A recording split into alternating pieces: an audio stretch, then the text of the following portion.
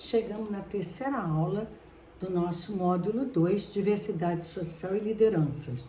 A disciplina Princípios da Comunicação e Liderança, e o tema de nossa aula será Teoria do Discurso.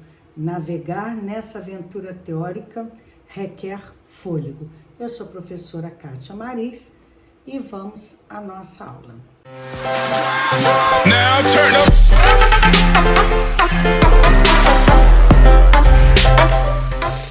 Respirando fundo.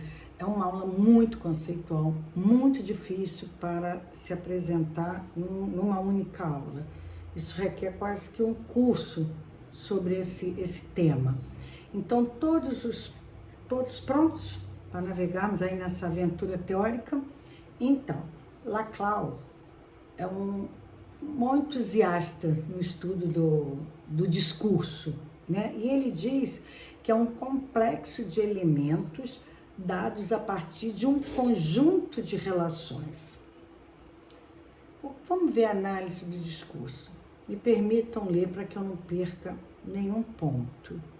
A análise do discurso é um campo da linguística e da comunicação especializado em analisar o uso das línguas naturais, particularmente a maneira como ocorrem as construções ideológicas em um texto. É frequentemente utilizada para analisar textos da mídia e as ideologias que os produzem. Em algumas de suas vertentes, a análise do discurso é proposta a partir da filosofia materialista, que põe em questão a prática das ciências humanas e a divisão do trabalho intelectual. Bem, a gente já vem estudando, né, até na questão da comunicação, as ciências, né, que elas se comunicam e respondem o que é comunicação. Aqui também no campo do discurso, as ciências se comunicam, é mais ou menos isso que está querendo dizer esse texto. E dois conceitos são essenciais para a análise do discurso. São discurso e texto. O que é o discurso? O discurso é a prática social de produção de textos. E texto? Texto é o produto da atividade discursiva. Então, isso aí são os conceitos essenciais para se analisar o discurso. Discurso e texto.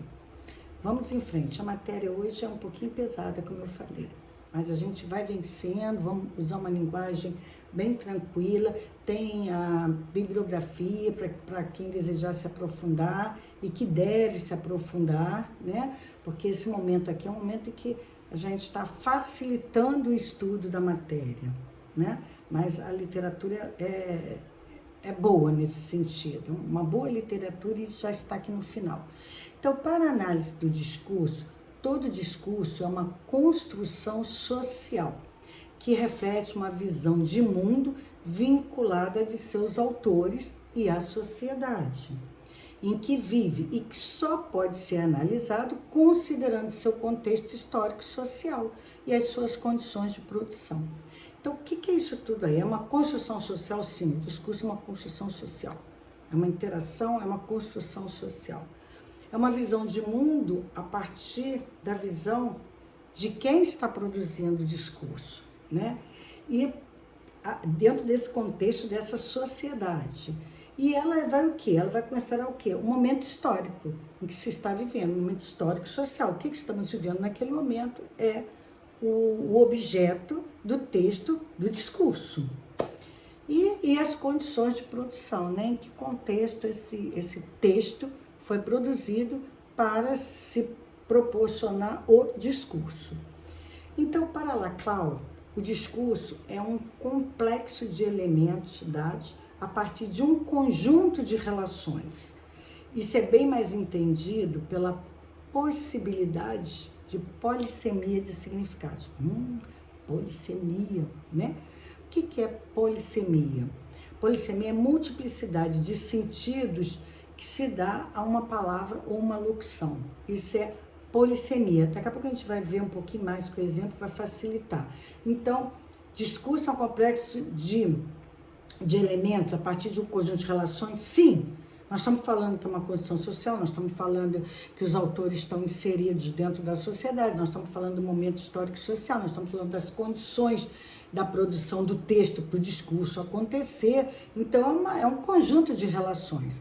Então, a polissemia, que é aquela que dá vários sentidos, uma multiplicidade de sentidos para uma palavra, uma locução, é que vai nos possibilitar entendermos os diversos discursos que nós vamos abordar daqui a pouquinho. Vamos dar um exemplo para ficar assim. Olha só, no campo da política, por exemplo, se a gente fala assim, até peguei esse exemplo, mas temos milhões e cada um dos alunos estará pensando a partir do momento do fim da nossa aula. Reforma agrária, esse termo, reforma agrária. Se eu uso esse termo, se eu der um minuto, cada um dos alunos vai pensar alguma coisa diferente. Então, eu já vou trazer aqui duas posições. Uma vai significar para um governo, né, vai ter como significante o quê? Não, isso indica uma política social de agricultura familiar que o Banco Mundial vai patrocinar. Isso é a reforma agrária, dentro de um histórico aí de um governo qualquer, né?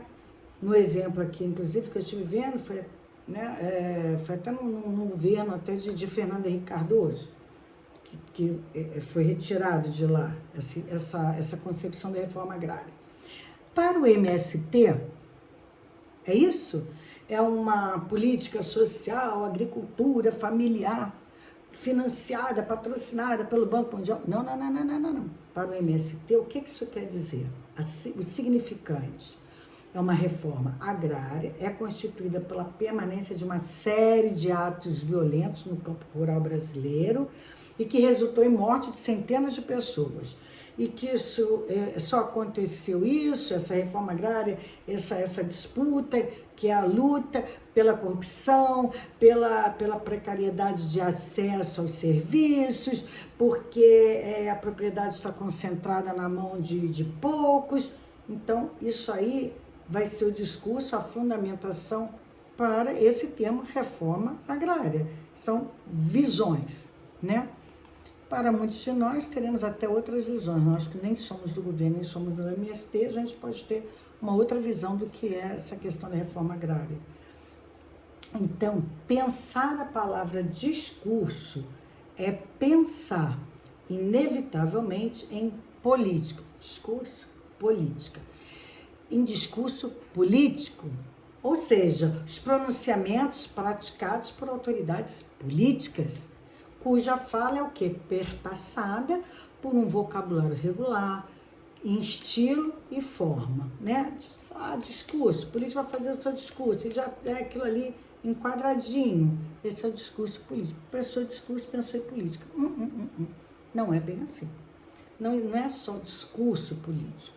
Nós veremos que existem outras classificações para um discurso, dependendo de como eles se apresentam, tá? E por que esse tema foi inserido na comunicação e liderança? É um tema difícil, como eu disse, mas era preciso, porque em muitos dos nossos eventos, sejam eventos de clube de lajes ou de qualquer outra empresa, né, qualquer outra associação que esteja nos assistindo, existe um momento do discurso, por algum motivo, por uma honraria, por um evento, vai acontecer o momento do discurso. E aí nós vamos ver agora que a Eni Orlandi,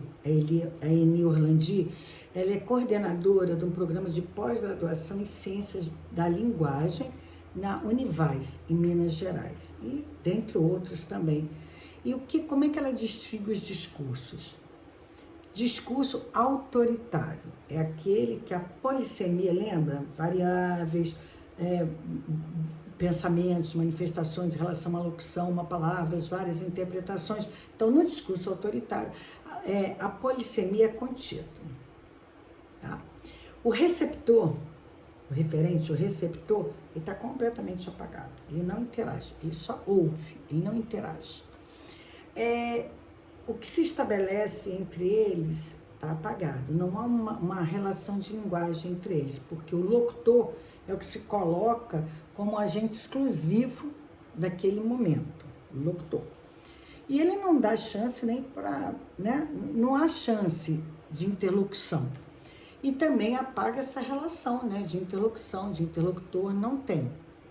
É essa forma. Temos o discurso polêmico, aquele em que a polissemia, lembra? As diversas, né, manifestações em relação a uma palavra, uma locução, ela já é mais controlada, né? Ela não é contida, ela é controlada. Isso quer dizer que é possível, mas é controlada. O referente, aí como é um discurso polêmico, ora, o locutor ele quer disputar o receptor. Então a interlocução é intensa, acontece, é polêmico, né? Então fica se disputando as atenções. Então há uma tensão, há uma disputa, tá? Então todos estão presentes. E nós temos o discurso lúdico. O que é o discurso lúdico? É aquele em que a polissemia, que é as diversas manifestações em relação à palavra, uma locução, está completamente aberta. É válido. Várias interpretações. É um discurso lúdico, de brincadeira, receptor. Não é exatamente brincadeira, nós vamos ajustar esse termo já já. Tá? O receptor está presente, os interlocutores também expõem também seus sentimentos, a sua presença, não há uma regulação em relação a esse sentido. Ele é lúdico, às vezes acontece, agora está muito em moda, né? Numa festinha, discurso, é lúdico, todos interagem nesse discurso. Às vezes um interfere e joga um duplo sentido, porque a polissemia está aberta. Então vamos ver as categorias dos discursos. Elas se baseiam nas relações entre o receptor, os sentidos e os sujeitos, tá? Então, o fato dos discursos carregarem a designação de serem lúdico ou autoritário não quer dizer que o lúdico vai ser sempre uma grande brincadeira. Não, ali também tem verdade, tem sentimentos, tem situações que são colocadas apenas de uma forma lúdica. E também não quer dizer que pelo fato de ser um discurso, né, o locutor e os seus receptores tendo que ouvir, que o autoritário ele vai ter que descambar por uma coisa de brincadeirinha, para descaracterizar. Não, a característica dele não é que a pessoa seja autoritária. O discurso é que é autoritário, porque ele não dá margem para a interlocução. Deu para entender isso? Então, continuando. Então, a ludicidade, ela vai autorizar o quê? O jogo da linguagem. Enquanto que a polissemia, com abertura para os gestos, para as interpretações de cada sujeito que está ali naquele controle do discurso, né? O lúdico, ele não é uma intenção, não, ele é uma prática. Eu vou fazer um discurso lúdico. Não, ele acontece, ele naturalmente acontece, é uma prática. Então, em algumas reuniões pode ter sempre um discurso, as reuniões de aniversário sempre, né? Agora está muito em moda os discursos. É uma intenção fazer discurso? Não, é uma prática, né? Que se adotou. Então, o fato também do discurso ser autoritário não quer dizer que ele é moralista, que a pessoa é autoritária, não tem nada a ver. É o discurso, é a forma, tá? E por que é importante para a Laís? Para que a gente possa interagir com os nossos intelectores, porque vai acontecer momentos do discurso. Vamos ver agora um pouquinho dessa história, né? Por que essa aula de discurso foi colocada nesse nosso módulo? Compreender o que é liderança envolve principalmente entender o que não é liderança. Eu sei o que é amor porque eu sei o que é desamor. Eu sei o que é felicidade porque eu já experimentei o que não é felicidade. Eu sei o que é frio porque eu já experimentei o que é quente, né? Eu sei, então, essas oposições que faz com que a gente entenda melhor o sentido das palavras, das emoções, das interações. Então, um discurso, ele, segundo a Eni Orlandi, eu vou me permitam mais uma vez, ela afirma que o funcionamento do discurso também tem a ver com as relações de exclusão ou inclusão, e também as relações de sustentação, oposição e etc., de elementos de um discurso para o outro. Claro, um determinado discurso ele vai incluir o outro discurso, ele pode excluir as pessoas, né? E no outro vai ter uma sustentação ou vai ter uma oposição, depende do tipo de discurso, como nós vimos, né, agora, anteriormente, né? Então, o mais importante é que tem que existir um critério de reversibilidade. O que é isso? Reversibilidade. Aí é que vem a importância de se estudar o discurso para nós, líderes de LAIS e de outra organização, associação. Está num discurso, ele tem que estar, o líder, quem está discursando, né, o locutor, ele tem que estar apto a dar uma reversibilidade. Se é um discurso direto e autoritário e a plateia está pesado, pode dar uma pincelada, um pouquinho do discurso, uma ludicidade qualquer, abrir um pouquinho a polissemia. Então, é um ajuste. Em contrapartida, um discurso também lúdico, né? Todo mundo interagindo, também pode dar um fechamento. Puxa, dá um fechamento, senão a sua história, o seu objetivo, ele pode não passar. Então, atenção, né? Então, é saber esse momento de dar um movimento ao discurso, não é transmutar. Não vai sair de um discurso autoritário para o lúdico, do lúdico para o autoritário, do autoritário para o polêmico, do polêmico para o lúdico. Não, aí não vai dar certo. A gente está falando de um movimento no discurso, uma certa reversibilidade, né? Uma nuance, quando nós estamos nesse processo de discurso. Continuando, na escolha do discurso, simplificando, o lúdico, ele aponta para o jogo, é um jogo. O polêmico, ele vai apontar para o quê? Para o debate. O discurso polêmico é debate, tem que estar preparado. E já o autoritário é para a ordem, né? Está se discursando, é para a ordem. Essas são as características na hora de se escolher o discurso para o momento certo, para a hora certa, e não esquecendo aquela questão da reversibilidade, que também é importante. Fazendo um fechamento da primeira, segunda aula e chegando aqui na terceira, vamos focar no líder. Nossa disciplina é líder, liderança e comunicação, né? Os princípios da comunicação e da liderança. Então, o tempo todo estamos falando aqui de comunicação. E o líder, né? Ele vai se preocupar com a comunicação, aí vai envolver a escolha de discurso, vai envolver a interagir com seus liderados, ele está sempre presente, aquilo tudo que a gente vem desde a primeira aula falando.